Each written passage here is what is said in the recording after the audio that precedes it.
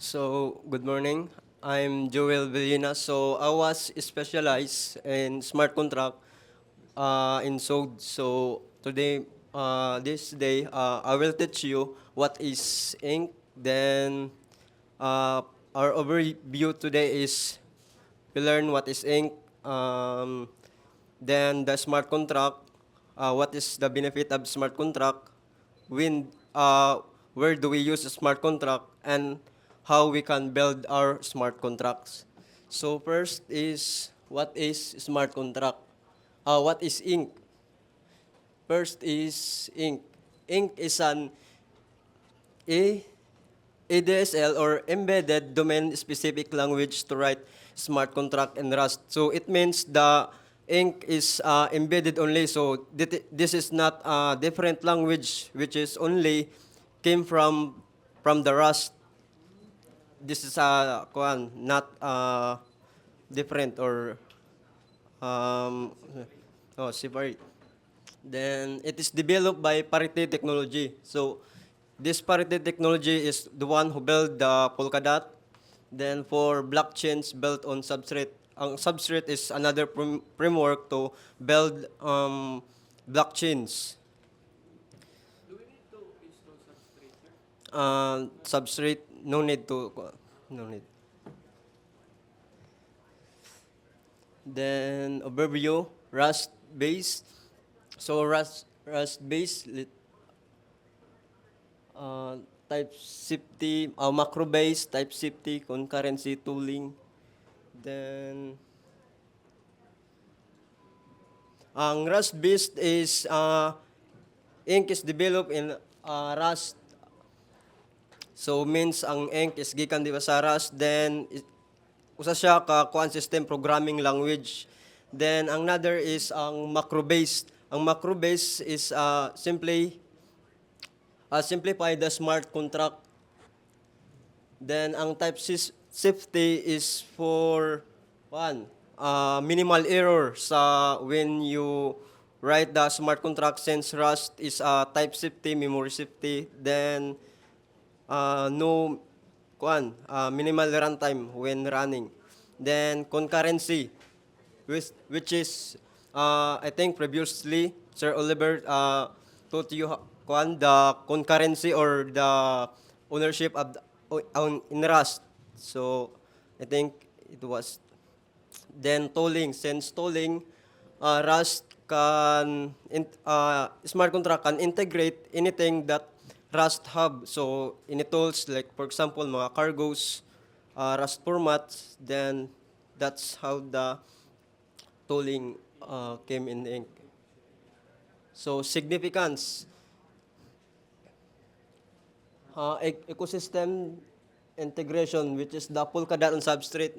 Mao na tong giingon na ganiya ang ang Polkadot ink is tailored in Polkadot substrate ecosystem, which is came from the Rust. Then compatibility, then contract ink is written in seamlessly integrate with other parachain or relay chain. So I think the parachain and relay chain was already discussed na, no? Wala pa. So I think we'll discuss later sa kung unsay parachains, then ang relay chain. Then security and performance, which is Rust safety guarantees prevents common bugs, which is sa Rust kasi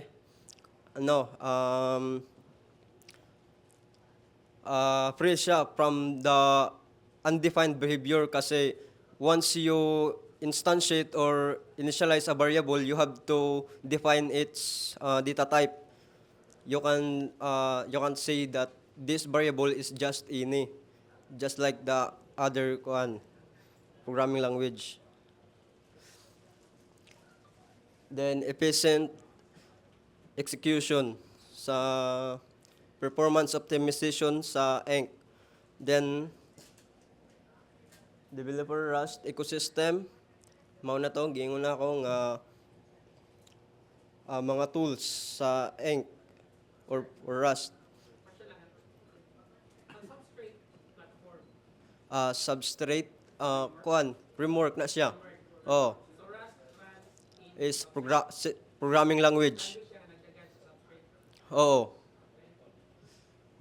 The- Si ink is kuan siya, different kuan murag embedded siya language from the Rust to build the smart contract. Dili. Oo, dependent siya ni Rust.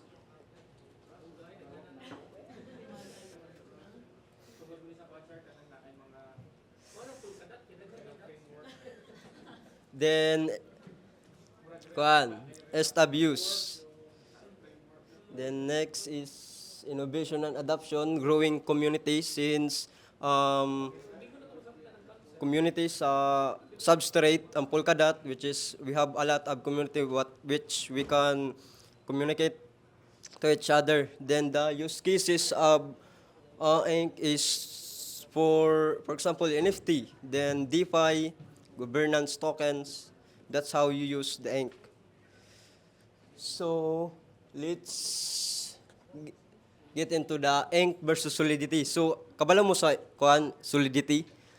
Solidity is the contender of ink since solidity is also create or generate smart contracts. For example, the famous one in ink is the Ethereum smart contract. So, for example, they create tokens. Then, like for example, USDT. USDT is a known smart contract for Ethereum. So, ang Ethereum is kuan different language ang ilang gigamit. So, Solidity is a programming language for smart contract which ang Ink naman is different. So, this is the one. So, brief comparison of features between Ink and Solidity. So, sa virtual machine, WinInk ini WebAssembly virtual machine. So, sa Ink, pwede mapadagan nimo ang ang smart contract within the any WebAssembly machine. For example, mga WebAssembly nimo na virtual machine na sa Python, sa Java, or anything. Then sa Solidity is Ethereum virtual machine which is they have created their own sa Solidity which is magamit ra nimo within Solidity ra. Then sa encoding which is WebAssembly. Nata WebAssembly, gingon nako, pwede ta maka-create smart contract within any programming language that generate WebAssembly because the WebAssembly is the one who communicate to the blockchain. Then ang Ethereum at sa Solidity is Ethereum-based bytecode ang ilang gigamit. Sa language naman which is Rust, while sa Solidity is standalone na different siya, different programming language which is usa siya ka separate programming language. Then sa constructor nato within the smart contract sa smart contract nato sa Ink natay multiple pwede ta maka-create multiple constructor while sa Ink sa Solidity is only one. We can create only one. Then sa tooling, that's what I said earlier, tooling which is we can use any tools within the Rust. Like for example, gingon ako ang Rust format which is to format our code, then Clippy, Cargo, then sa Solidity is only custom. Then sa storage entries which is variable, we add a variable in our storage. Sa Solidity is 256 which is kung mag-exceed siya sa 256, i-default ni Solidity as 0. So has interface, yes, ang Rust treats isimpod sa napod interface ang Solidity. So kani ang key differences. Solidity class variable members will be replaced in the contract struck ang pinaka kanya is struck sa ink while sa solidity is class variable. For example, sa kung Java na ay class, sa ink is struck. Then all classes method in Solidity are implemented for the contract struck and ink. Then Solidity frequently prefixes variables underscores, which is the first when you run the variables, which is start always in underscore. While in Rust is only prefixes, mga small letters, you can add capital. Like, for example, sa Solidity, you can use camel case. Sa ink, you can use snake. Because this is the standard of Rust. So, when you use, for example, camel case, the Rust will tell you that this is not standard for them. In Solidity, the variable type comes before the variables. Like for this one, ball, my ball. So sa Solidity is first ang data type, then next ang variable name. Then sa Rust is my bar, then next ang. Then let's get into the WASM smart contracts in ink. So it's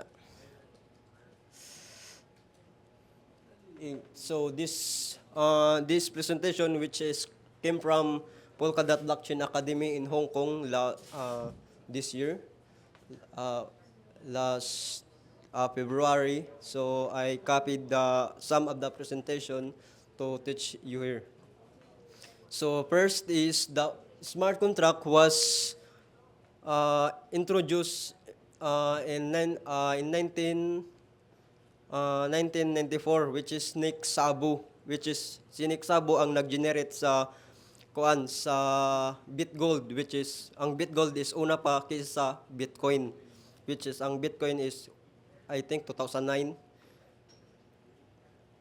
Then he defined smart contracts as computerized transactions protocols that execute when terms and conditions are met. So, what is smart contracts? So, smart contracts is a self-executing program that automates the actions required in an agreement or contract. So, this is the smart contract, self-executing, automates siya. Then, it does not contain legal language, like for those in laws, they have legal languages, terms, or agreements. Only code that execute when specified conditions are met. For simplified terms, this is the smart contract. If or when does meet, then it execute the then. That's simply how you tell what is smart contract. For example, if a buyer then ang seller nag-agree both, then automatic execute without trusting anybody, only two of them. Benefits of smart contract, so speed and efficiency and accuracy. So since Rust is also smart contract is speed, you don't have to process, like for example papers, which is we can easily transact automatically with a smart contract, kay dili naman mo gamit og papers. So can execute immediately. Then trust and transparency. There is because no third party kamura duha sa smart contract. No need for for middleman. Then sa transparency is ang kuan kasi, ang blockchain is kuan, decentralized siya. Decentralized means you can access or you can view any transactions within the blockchain. So for example, sa government, kung naay transaction, sila ran kabalo kung unsay transaction na gibuhat didto. Pero sa blockchain, every transactions is recorded on blockchain and you can view what does they do on the kuan on their end. Then security. Security is encrypted siya ang blockchains, which is for example, dili siya dali-dali ma-hack since ang transactions nimo, for example, this transactions is connected to another transactions, which is for example, this hash is have a kuan has a parent hash, then that parent hash is also has a parent hash, which is connected siya until sa pinaka beginning of hash, which is we call Genesis hash. Na if you tampered the code, which is you can see that this is not valid already. So someone has tampered or modified the hash. So savings is, like I said, no middleman, which is no need na mo magbayad for another person. So why Rust on smart contracts? So Rust is a ideal language. So although natay different languages, like for example Solidity, assembly script, or ask lang mao nang which is why we use Rust is this is the reason. It is a type safety, memory safety ang sa din free of undefined behavior ang Rust. Then next is Rust ecosystem. You can gain all the supports within the Rust community. Kung unsay available nga tooling, pwede nimo magamit. This is the one, tooling. Because follows standard format, pwede ta makagamit Rust format, Clippy, then Rust Analyzer for our code to we can easily create our smart contract. Then no overhead or minimal runtime. Minimal runtime is, for example, when you execute your code, it generates lifespan of your code. So, dili siya mo generate another memory to consume. So, nara siya sa minimal, saktura nga kuhaon niya sa memory para dili siya mag-overuse. Then, safe and efficient, which is zero cost sa Rust. Then productive, which is using the cargo. Then Crits.io, which is ang Crits.io is which came from the Rust. Then first class WebAssembly. Although we have many programming language that generate WebAssembly, but the Rust is the first class WebAssembly when in terms of WASM. Then small size. Sa small size kasi sa blockchain we need small size. Every data that we store in the blockchain, we have to minimal that. So smart contracts on Polkadot. So this is one. So smart contract versus parachain. So mao na ni ang parachains.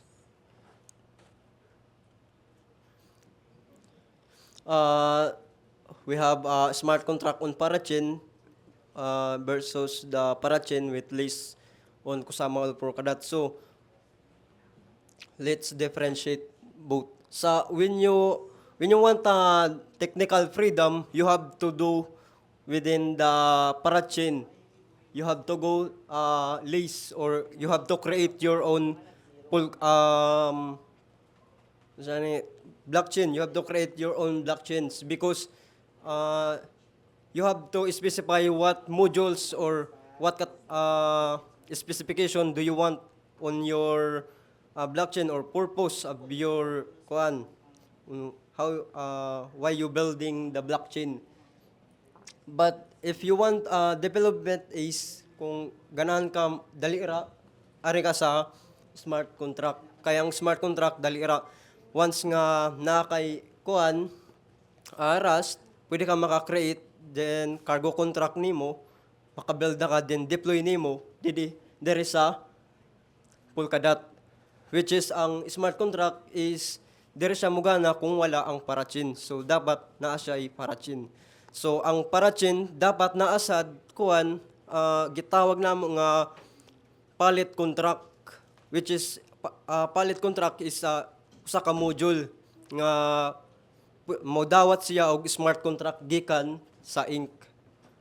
So mauna siya. So ang ink is maka-generate ra ka kung kuan you define your own token easily. So this how does ink tie into substrate? So this is the sample. For example, these are elections, identity, assets, smart contracts, my custom palettes. These are called modules, or in substrate we call this palettes.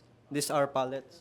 So why Lego piece? So for example, if you want somehow you want to create a figure of a Lego, so you build different piece to create that one Lego structure. So this same on blockchain. Kung unsay specification nimo sa imong blockchain nga ganahan nimo i-generate, then you select only the modules that you want. For example, you want the NFT on your blockchain, then you use smart contract. Then that's how you can build your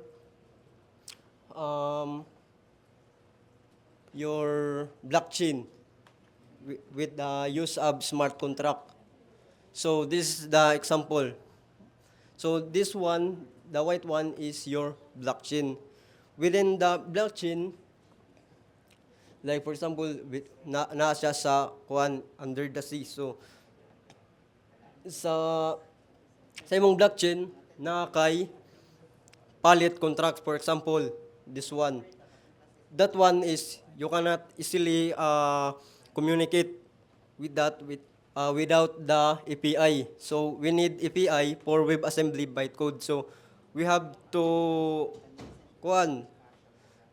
communicate using the WebAssembly. So what are those API?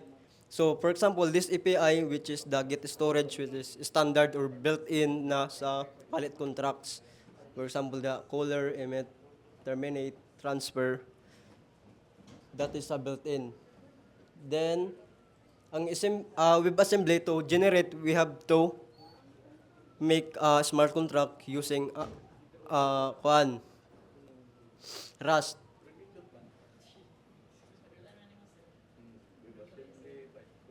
Then also other programming language that generate WebAssembly. We can communicate to the API. So let's So example na kaya bitaw sa enrollment system, no? Ato yung implement of blockchain. So just to implement how blockchain is actually can be applied to such kind of environment. Oh. Example sa enrollment system. So there's a unique entry for each and every student. Along the way, na yung mga increments or na yung mga i-added to sa particular blockchain. So unsa man gamit ko. So I'm going to create a palette for that particular. Pwede ka mag-create your own palettes actually. You can create, for example, ganiya, sa giingon nga, kung unsay ganahan nimo nga sa imong blockchain, which you create your own palette, your custom palette mismo. Kung unsay buhaton nimo dito sa mga functions, which is you call that as module. So ang create ng palette, inside the palette, there's our modules dito. Mm. Yeah, these are the tools that can be used to implement katong environment. Dili ang kaning kuan ay unsay kuan kani kasi ang palit contracts is only used this API for contracts only. So you have to create we have different kuan man API or mga crates na pwede nato magamit na dito sa substrate kung mag-generate ka og lain nga module nimo. The question is, can you say API, what would be the return value of this? Is it in JSON format? Yes. Oh, JSON format siya. Since naka WebAssembly man siya. So most probably, this is for the web. Oo, web to communicate kay since ang kuan kasi from web then we communicate to the blockchain which is ang blockchain kasi is super secure siya. Dili nimo ma-access directly. Na regulation na should be general information nga this is your blockchain content or Ikaw na mo, you're the owner of the data. so you're the owner of the data. Mm. Gawa po na siya apply sa So kani binary kuan and so I think kuan this is lint kuan for specification only for Rust. Then this is the toolchain we used. Naka-install naman eh. Wala pa. May install gani? Oh, we need na to. WSL? Oh, WSL. Sir, can I ask when yan sila? Sige.